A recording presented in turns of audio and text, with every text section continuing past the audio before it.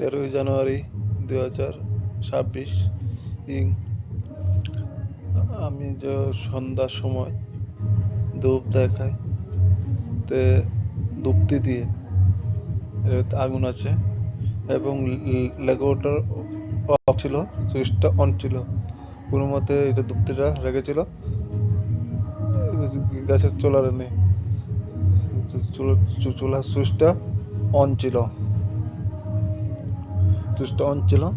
লেগোটা of ছিল। তো কোনো কারণে যদি লেগোটা যদি অন করে দিত তাহলে তো আগুন লাগে দিত। এবার আমি কি তখন বলি কেন রেখেছে, আমাকে কুদিয়ে মারতে আসে।